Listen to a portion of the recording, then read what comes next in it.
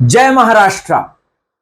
नमस्कार मित्रांनो, मी आहे मुंबईचा मुलगा राहुल भोज आणि तुम्ही बघता तुमचा फेवरेट चॅनल टॅली खजाना. चॅनल का लाईक करा, शेअर करा आणि सब्सक्राइब करा. चला मित्रांनो, बिग बॉस सीजन 5 के बारे में बात करते हैं, क्योंकि आज के एपिसोड में जहां ट्विस्ट है वहां टर्न है, जहां पे रोना है वहां पर हंसना है, और जहां पर नाइंसाफी है वहीं पर जस्टिस भी है.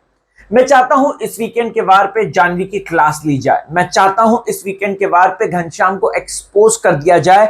मैं चाहता हूं इस वीकेंड के वार पे वर्षा ताई की एक शक्ति जो है उसको उजागर कर दिया जाए. मैं चाहता हूं कि इस वीकेंड के वार पे दूध का दूध और पानी का पानी कर दिया जाए.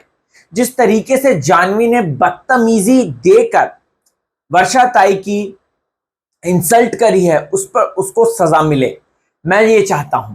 तो दोस्तों, सबसे पहले तो बात कर लेते हैं आज के एपिसोड में कैसे उड़ता हुआ तीर जब लिया, और उसके बाद यहां पर जो आर्या, वैसे आपको बता दूं, अगर पूरा आपने एपिसोड देखा होगा तो कंटेंट बहुत सारा हमको दिखाया, लेकिन बहुत ही ज्यादा सर पैर का दिखाया.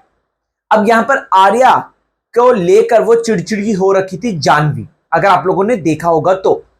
और अगेन, आर्या और जानवी की पिछले हफ्ते से ही नहीं बन रही है, फर्स्ट वीक से ही नहीं बन रही है. दोनों एक दूसरे को नीचे गिराने के लिए कोई भी पक्ष नहीं छोड़ती है.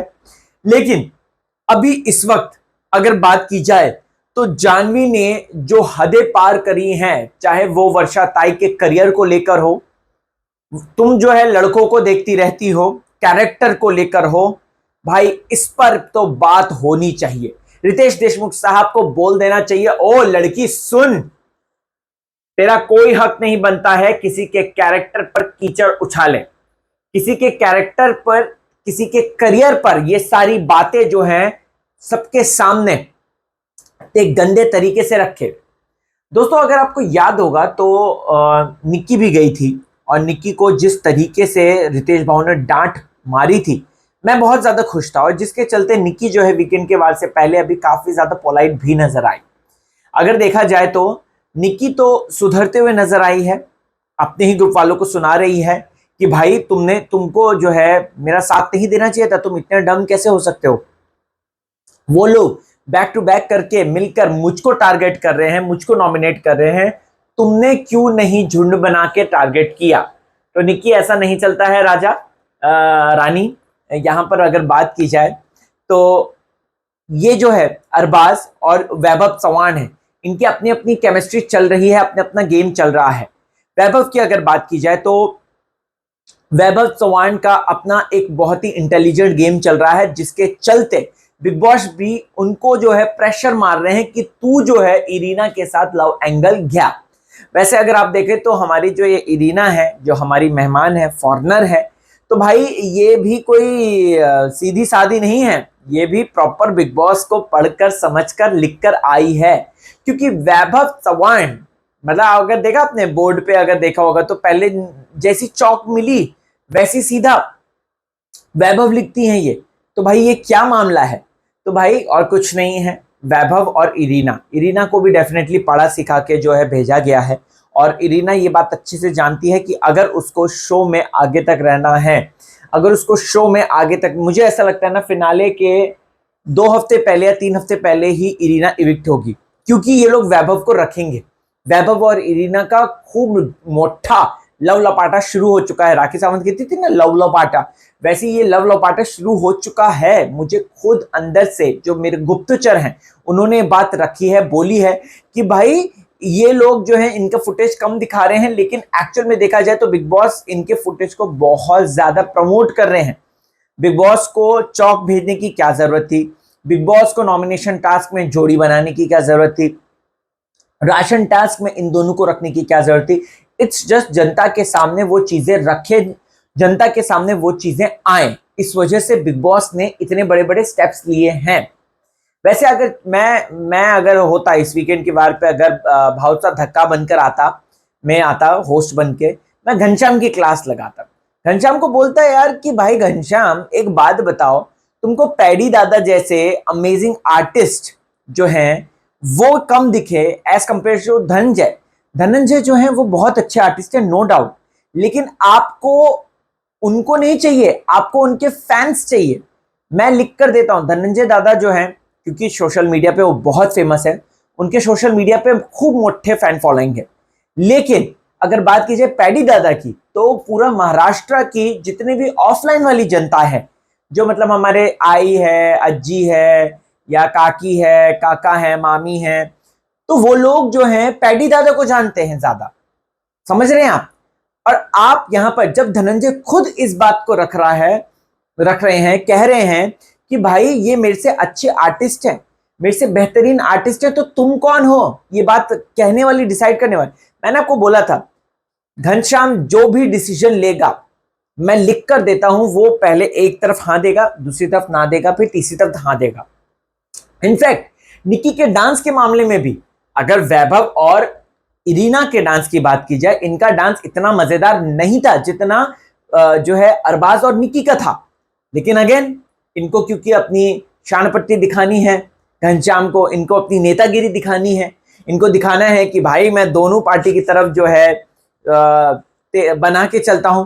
तो let me tell you, let me explain you, Ghanshyam, दो नाव पे ऐसे पैर रखोगे ना, नाव आगे बढ़ेगी यू यू यू करके, तो पूरी टांग चिर जाएगी आपकी, राइट? तो दो नाव में पैर मत रखो, सबको खुश करने के चलते मत रहो। और ये जो जिस तरीके से आपका एटीट्यूड नजर आ रहा है, ये बहुत ज्यादा मीन कनिंग नजर आ रहा है। वो कहते हैं ना, बहुत ज्यादा कनिंग, एकदम फॉक्स की तरह, वैसा नजर आ रहा है। तो घनश्याम भाई, ये सब छोड़ो, पॉलिटिक्स करनी है करना, आप एक बार बिग बॉस से बाहर आ जाओ, पॉलिटिक्स अच्छा करना, लेकिन घर के अंदर तो कम से कम दिल से खेलो, क्योंकि महाराष्ट्र की जनता उन्हीं को ही पसंद करेगी जो दिमाग से तो खेलेगा, ठीक है, लेकिन दिल का ज्यादा इस्तेमाल करेगा। क्यों? सही कहा ना मैंने? कमेंट करके बता दो अगर ये बात आपको सही लगी या नहीं लगी। खैर, इसके साथ साथ दोस्तों अगर बात की जाए, तो डीपी दादा के पास जाके, ये डीपी दादा ये बात कहते घनश्याम दादा के सामने जाके, नहीं, घनश्याम जो है वो अपनी पैडी दादा के सामने जाके माफी मांग रहा था, और ये उसकी पोल है, ये उसका पेटेंट है, कह सकते हैं। अंकिता कहती है पहले गलती करेगा, पहले सब चीजें करेगा, और उसके बाद जाके ये सॉरी सॉरी सॉरी सॉरी ये सारी चीजें बोलते हुए नजर आता है। तो भाई मुझे ऐसा लगता है रितेश देशमुख साहब, इस पर एक बात तो उठाई देना, जानवी की जरूर क्लास लगाना। उसने जो बदतमीजी पार करी है, उसने जिस तरीके से वर्षा ताई के ऊपर न सिर्फ कैरेक्टर और बल्कि उनके करियर पे सवाल खड़ा किया है, इस पे तो जरूर बात करना ही करना, राइट? अब दोस्तों अगर देखेंगे आप, तो बिग बॉस खुद लव एंगल प्रमोट कर रहे हैं, अगर आपने नोटिस किया होगा तो। अब यहां पर अगर देखा जाए तो फिर उसके बाद वो जो रक्षाबंधन वाला कैडबरी वाला टास्क आ जाता है। मैंने आपको ऑलरेडी ये बात बोली है कि ये टास्क आया हुआ था, सब लोग रो रहे थे, अगर आपको याद होगा तो। सूरज की बात सुनकर तो सचमुच में रोना आ गया मुझे, जिस तरीके से उसकी बहनों के बारे में उसने बताया, बाप रे बाप। मुझे मतलब, मैं अरबाज को देख रहा था, मैंने कहा भाई ये तो एकदम पूरा कोकोनट की तरह है, बाहर से फुल ऑन स्ट्रांग है ये बंदा, लेकिन अंदर ये एकदम बच्चे जैसा दिल वाला है। तो अरबाज भी कनेक्ट करता है सूरज से, ऐसा देख के लगा।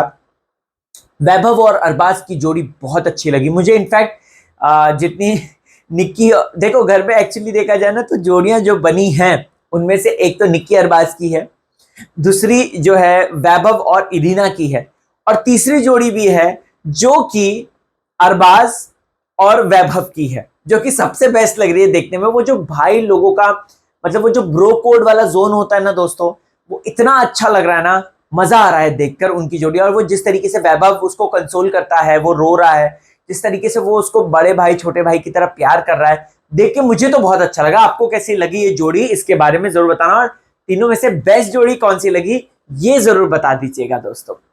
अब इसके साथ साथ दोस्तों अगर देखा जाए तो निखिल कुछ नहीं कर रहा है। निखिल को जल्द से जल्द लगता है बिग बॉस इविक्ट कर देंगे, इस हफ्ते हो सकता है निखिल जाए। पैडी दादा ने संभाल लिया आज, वो इविक्ट होने से बच गए हैं ऐसा देख के लग रहा है, लेकिन निखिल आउट होगा। निखिल के कोई मुद्दे नहीं है, निखिल की कोई बातें नहीं है, तो इसके चलते निखिल जो है वो इविक्ट हो सकता है ऐसा देख के लग रहा है।